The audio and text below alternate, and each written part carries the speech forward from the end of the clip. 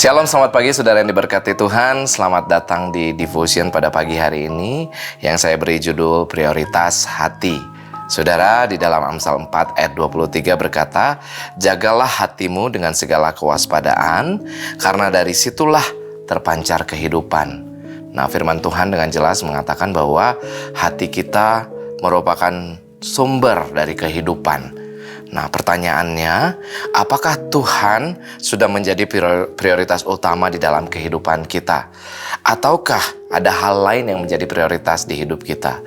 Sebagai umat yang percaya kepada Tuhan, saya percaya bahwa Tuhan merupakan satu-satunya prioritas di hati kita.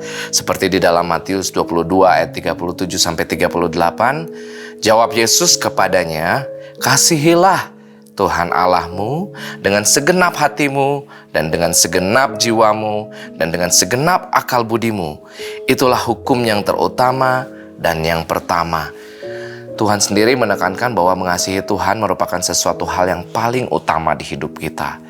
Tapi saudara, kalau belakangan ini mungkin dengan ramainya medsos dan sebagainya, apakah Tuhan sudah menjadi prioritas utama di hidup kita? Ataukah kesibukan kita? Ataukah apapun yang kita miliki?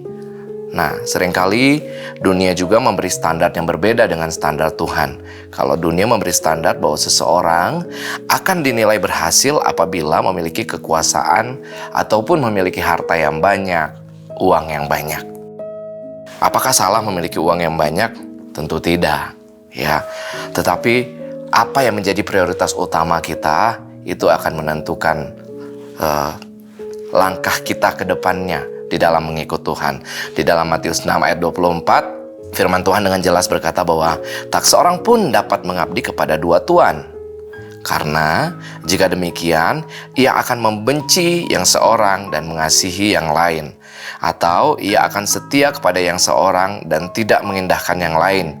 Kamu tidak dapat mengabdi kepada Allah dan kepada Mamon.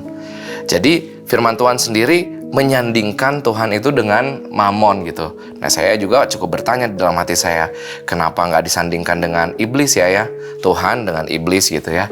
Tapi ternyata setelah melihat lagi, setelah berdoa juga, saya mendapatkan hikmat bahwa ngapain disandingkan dengan iblis? Iblis itu udah kalah 2000 tahun yang lalu. Kita sudah ditebus oleh darah Yesus. Ya, kita semua sudah diselamatkan oleh darah Yesus dan iblis sudah dikalahkan 2000 tahun yang lalu. Tetapi di sini Tuhan Yesus berkata bahwa yang disandingkan itu antara Tuhan dan Mamon. Nah, Mamon itu istilah Aramaik untuk harta benda, kekayaan atau keuntungan yang seringkali menjelma menjadi ilah, yang menuntut kesetiaan dan memikat hati manusia. Nah, jadi apa yang menjadi penghalang kita dalam memprioritaskan Tuhan? Salah satunya adalah Mamon. Ya. Jadi saudara, apapun yang kita miliki merupakan berkat dari Tuhan dan kita kembalikan untuk kemuliaan nama Tuhan. Nah, Tuhan Yesus menegaskan bahwa mustahil mengabdi kepada Allah dan Mamon. Nah, jika hati terkait pada uang, kita tidak mungkin menempatkan Tuhan sebagai prioritas utama. Di dalam 1 Timotius 6 ayat 10a, karena akar segala kejahatan adalah cinta uang. Jadi saudara, kita boleh memiliki uang, kita boleh memiliki harta yang banyak, tetapi itu tidak melebihi fokus hati kita kepada Tuhan. Ya, karena Pengkhotbah 5 ayat 10 juga berkata, siapa mencintai uang tidak akan puas dengan uang, dan siapa mencintai kekayaan tidak akan puas dengan penghasilannya. Ini pun sia-sia. Ya. Jadi itu kembali lagi kepada firman Tuhan, segala yang kita miliki adalah milik Tuhan dan kita gunakan untuk kemuliaan nama Tuhan. Saya percaya seperti dalam firman Tuhan, dampak dari cinta Mamon itu bisa macam-macam gitu. Nah, mengabdi kepada Mamon bisa menyebabkan kita lebih egois, lebih tamak, mengorbankan relasi dan keluarga, dan bahkan kita akan kehilangan damai sejahtera. Ya, tetapi ketika kita mengasihi Tuhan lebih dari segalanya, di lembah kelam sekalipun kita akan tetap merasakan sukacita karena kita tahu persis Tuhan yang menyertai kita. Seperti Raja Daud berkata dalam kitab Mazmur ya, Kesimpulan dari semuanya, saya mau share buat teman-teman bahwa prinsip kerajaan Allah yaitu satu, carilah dahulu kerajaan Allah dan kebenarannya, maka semuanya akan ditambahkan kepadamu. Tetaplah fokus hati kita kepada Tuhan yang menjadi raja di atas segalanya, yang menjadi sumber dari segala sesuatu di hidup kita. Demikian devotion pagi hari ini, mari kita satu di dalam doa.